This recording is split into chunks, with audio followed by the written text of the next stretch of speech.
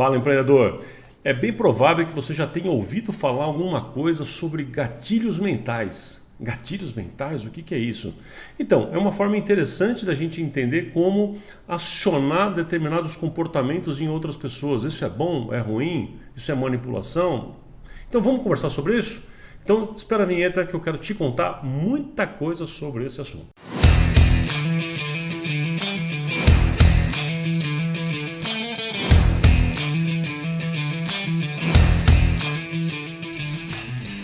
Fala, empreendedor! Estamos começando aqui mais um episódio do podcast Consultório Empresa, com reflexões, provocações e insights de gestão e marketing para profissionais de saúde. Meu nome é Plínio Tomás, professor e consultor de negócios para a área da saúde, há mais de 20 anos ajudando médicos, dentistas, fonoaudiólogos e outros profissionais a alcançarem seus sonhos e objetivos por meio de práticas empresariais consistentes, éticas e sem modismos.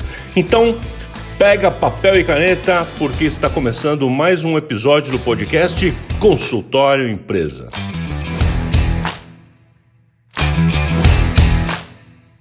Maravilha! Começando então aqui mais um episódio do podcast Consultório Empresa. Aqui é Plínio Tomás, eu vou com você nessa jornada. Aliás, estamos já há quanto tempo, hein? Puxa vida, alguns anos já aqui juntos, caminhando nesse conteúdo aqui de alta qualidade com relação à gestão, ao marketing, com grandes provocações.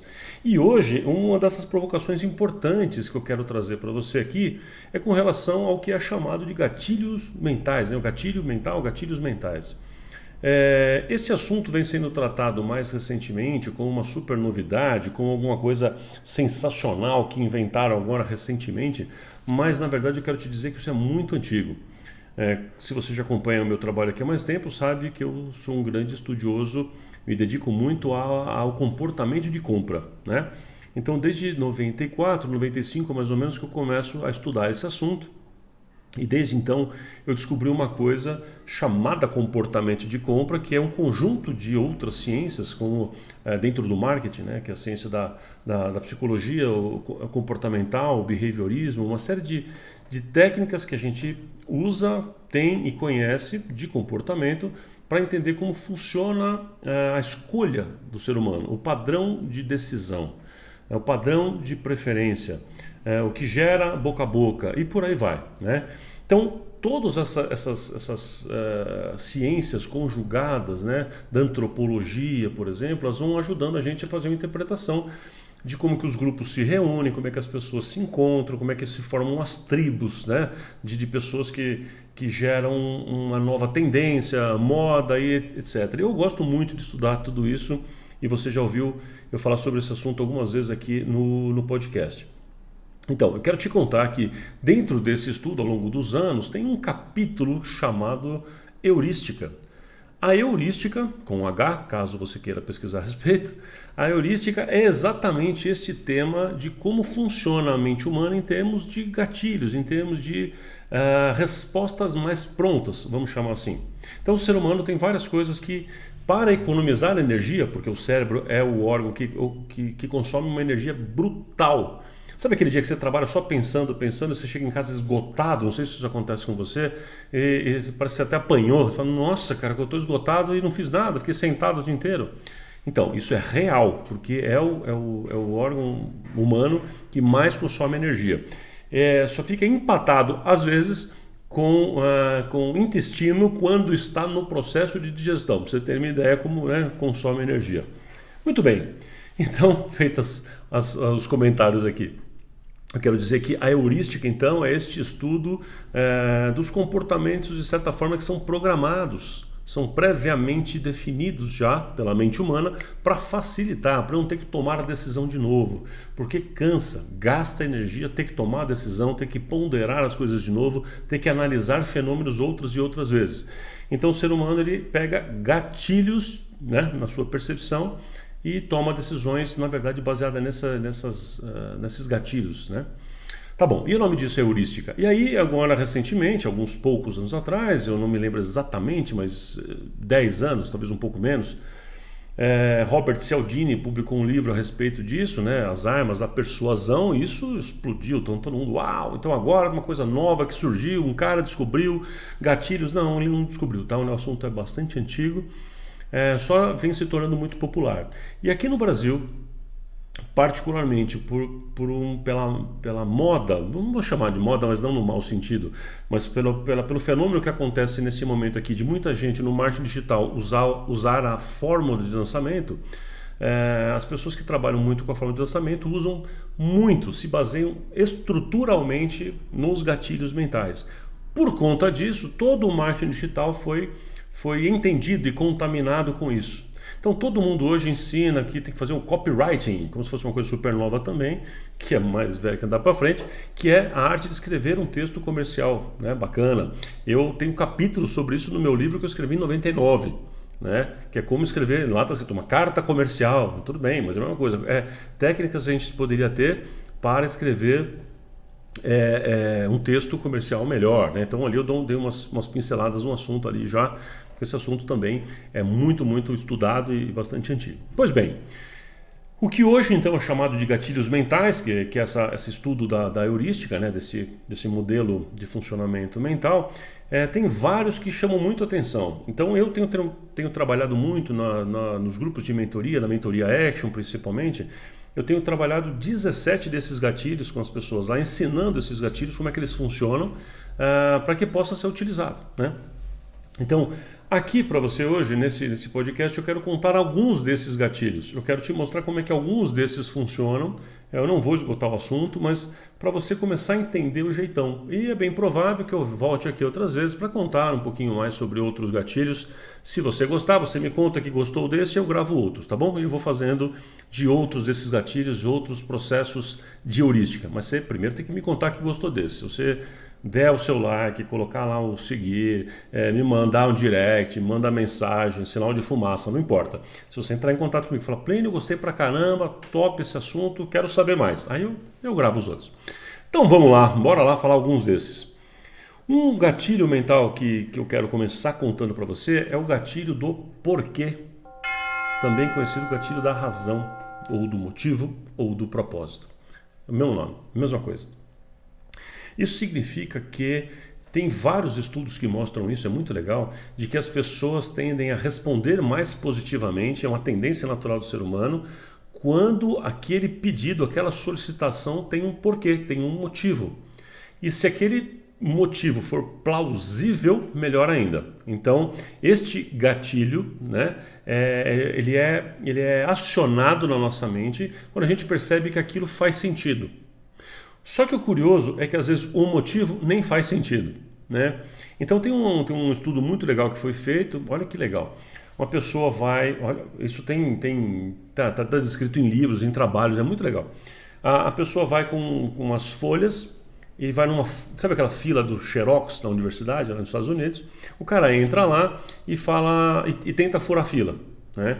E aí quando ele tenta furar a fila, ele é assim altamente rejeitado. As pessoas expulsam ele, não, furar a fila não. Tá bom.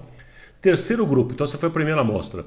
Essa segunda amostra, ele vai lá, tenta furar a fila, ele vai já perto do caixa lá, né, na hora de ser atendido, não o primeiro, mas ele vai próximo, ele tenta entrar e ele fala, você permite eu furar a fila aqui e eu entrar? Porque eu preciso fazer aqui essas cópias, preciso fazer aqui esse xerox.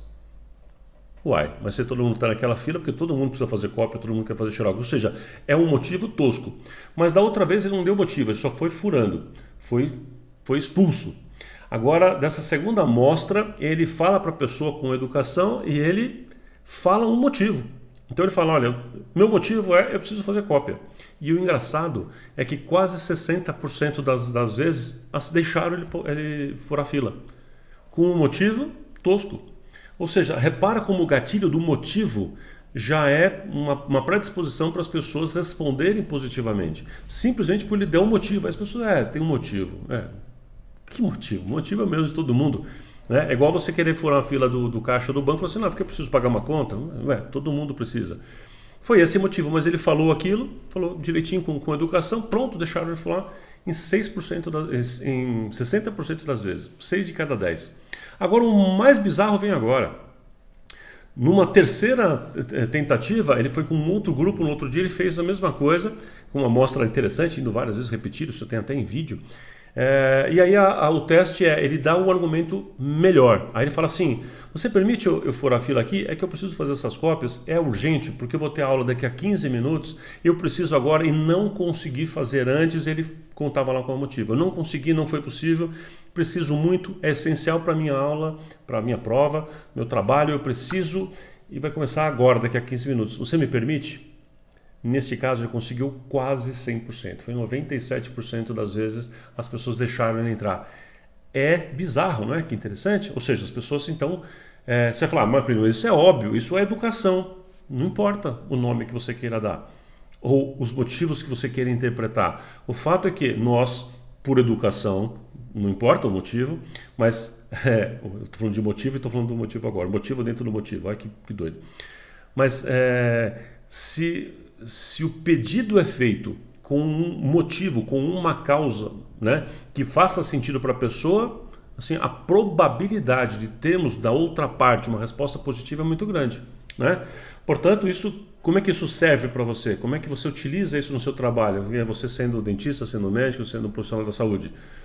Que quando você precisa fazer um call to action, né, um pedido para ação, solicitar, por exemplo, numa comunicação sua que alguém ligue, entre em contato, que faça alguma coisa, ou um cliente seu, que tome um medicamento, que faça um exercício, que passe o fio dental, não sei o que é, mas não importa. Quando você dá um pedido, seja ele um pedido comercial ou um pedido clínico para a pessoa fazer, que tem a ver com adesão interna, se o argumento faz sentido, as pessoas tendem a responder muito mais do que quando você simplesmente manda. Assim, escova desse jeito porque eu estou mandando. Tem que passar fio dental porque eu estou mandando. Porque é assim. Porque é assim não rola, entendeu? Então, a resposta do paciente, a resposta do seu cliente frente a um simplesmente faça é pequena. Se faça por este motivo, ela aumenta. Se faça por esse motivo e o motivo fez sentido, a gente chega num percentual muito mais alto de resultado. Então, a heurística funciona assim, ou seja, eu tenho um caminho que já é estudado, já é conhecido, que é uma forma como o ser humano responde melhor a uma solicitação de um pedido. Então, é bom a gente aprender essas coisas, não é? É bom, entendeu? Não é só gatilho comercial para usar, não, ele tem uma ampla utilização e que vale a pena a gente conhecer. Gostou do primeiro gatilho? Muito bom. Vamos para o segundo. Esse é mais conhecido até, chama gatilho da autoridade. O que é o gatilho da autoridade? Gatilho da autoridade o que significa esta heurística? Que as pessoas tendem a responder positivamente, responder favoravelmente e cumprir com a solicitação quando essa solicitação, esse pedido vem de alguém que esta pessoa considera autoridade. Então, se eu considero fulano ali como autoridade, aquela pessoa me pedir ou sugerir naquela área dele, que é a área onde ele é autoridade, eu vou seguir, eu tendo a seguir. Então vamos lá, né? É como se fosse assim. Aliás, como se fosse, não, vou te contar exemplo real, tá? Então tem uma pesquisa muito interessante que é feita. Aliás, se você assistir, tiver a oportunidade de ver isso em vídeo, é muito legal. As pessoas entram num saguão de um prédio comercial bastante amplo, visualizam um saguão bastante amplo e a recepção fica no fundo. Então as pessoas entravam por aquela porta automática, assim que entravam na porta, elas poderiam atravessar o saguão e ir para a recepção, o que é o normal que qualquer ser humano faria, né? No entanto, colocaram uma pessoa com uma farda, um uniforme, um cap e um uniforme imponente, né? Mas era um uniforme X, um uniforme de segurança. Mas essa pessoa não se identificou como segurança, não se identificou como policial, mas ele estava com uma farda, que a mente humana já interpreta como uma farda que só autoridades usam. Seja um policial, que é uma autoridade civil, seja, por exemplo, um segurança, que é a autoridade do espaço, né? Porque aquela pessoa comanda ali. Não importa. Então aquela pessoa com uniforme estava ali. O que acontece? É muito interessante. As pessoas entram e ao entrar, esta pessoa uniformizada acenava com a mão para o lado direito ou para o lado esquerdo. Acenava com a mão, tipo, pode vir para cá ou vem para cá. Sem abrir a boca, sem falar nada. Eu só acenava com a mão, cumprimentava com a cabeça, acenava com a mão. E praticamente 100% das pessoas seguiam do lado direito ou do lado esquerdo, ou seja, não foram em linha reta direto ao balcão como seria de se esperar, mas fizeram o caminho que ele acenava com a mão. Ou seja, sem falar nada, só o fato de que alguém atribuiu autoridade àquela pessoa, mesmo sem saber o motivo, olha que interessante, seguia. Fase 2 dessa pesquisa, é mais doido ainda, foi colocada uma faixa no chão. Então você imagina, volta para imaginar aquele saguão que eu falei, então abre a porta aqui, atravessa o saguão, tem a recepção lá no fundo. As pessoas fizeram uma marca no chão, sabe, uma marca com uma fita, né, colada, um adesivo, fazendo um trajeto. Só que o trajeto não era linha reta, era um trajeto que ia um pouquinho em linha reta, depois virava para a direita, ia quase que até o fundo, virava um pouquinho para a esquerda de novo, e dava a volta aqui e depois chegava lá. Ou seja, fazia uma curva sem necessidade, mas fazia, né? Adivinha o que aconteceu? As pessoas chegavam, viam aquela pessoa parada exatamente com os pés ali na beira onde começava essa fita que indicava o caminho. As pessoas olhavam para ele, olhavam para a fita e faziam o quê? Seguiam o caminho e fizeram aquele trajeto, né? Uma quantidade expressiva de pessoas, eu não me lembro agora, acho que 8 de cada 10, seguiram exatamente o que estava ali na fita. Por quê? Porque a autoridade estava lá, porque a fita no chão faz parte da autoridade. A fita no chão aciona o gatilho de autoridade. Assim como uma placa não pise na grama, aciona gatilho de autoridade. Desde que, obviamente, a pessoa tenha um bom grau de raciocínio, seja uma pessoa, um cidadão respeitado, tenha bom senso, seja educado, né? Você falou, Plínio, eu conheço umas pessoas aqui que não respeitam absolutamente nada. Eu também, né? Mas eu acho que você está entendendo o que eu quero dizer com isso, né? O gatilho da autoridade. Um policial, como eu falei, um professor. O professor era autoridade. Hoje em dia até perdendo um pouco isso, né? Mas a autoridade de um professor, de um diretor de colégio, é um negócio forte, não é? Então, mas vamos falar agora para a gente no sentido mais comercial. A autoridade que eu estou mencionando aqui, ela é uma autoridade no assunto, no tema. Então, se você é uma pessoa que fala um pouco de cada coisa, em redes sociais, por exemplo, você fala um pouco de cada coisa, tira para tudo quanto é lado, você não consegue gravar na cabeça da pessoa ser autoridade em coisa alguma. Se você fala um pouco de tudo, você não é autoridade em nada. Para você ser autoridade em alguma coisa, você tem que ter foco. E se você acompanha aqui esse meu canal, você sabe o quanto a gente fala disso o tempo todo. Acho que o meu foco é falar de foco, né? É impressionante. A gente precisa aprender a ter foco. Quando eu fecho o meu foco, eu ganho o universo, porque eu tenho um monte de possibilidades de mais pessoas entenderem o que eu faço e reconhecerem em mim alguém diferenciado, específico, especializado e autoridade no assunto. Então, se eu sou um dentista que falo sobre odontologia para bebês, essa é minha praia, isso que eu falo, isso que eu prego, isso eu dou palestra, isso eu escrevo, eu vou virando cada vez mais autoridade. Então, quando eu falo desse assunto, né, se eu tenho um livro escrito sobre odontologia para bebês, se eu falo desse assunto, as pessoas vão me ouvir, porque elas falam, bom, quem daqui é autoridade naquele assunto? É o Plínio que entende de odontologia para bebês. Entende o exemplo? Agora, uma pessoa que é autoridade forte, odontologia para bebês, você vai falar de prótese total, não necessariamente ele vai ser ouvido, porque naquele outro assunto, prótese total, dentadura para quem não sabe, naquele outro assunto ele não é necessariamente autoridade. É como se eu ouço uma opinião de física de Albert Einstein, eu falo, uau, quem sou eu para discutir? O cara falou, está falado, autoridade máxima no planeta, né? Mas se Albert Einstein for ter uma opinião sobre como fazer gastronomia de alguma coisa, como temperar melhor, porque não sei se ele é a melhor autoridade para isso, né? É autoridade em instalação de tubos e conexões? Não é. Então, para aquela outra coisa, outra pessoa é autoridade naquilo. Agora imagina você na sua profissão, dentro da odontologia, dentro da medicina, dentro da medicina oftalmo. Dentro da oftalmo tem tantas coisas.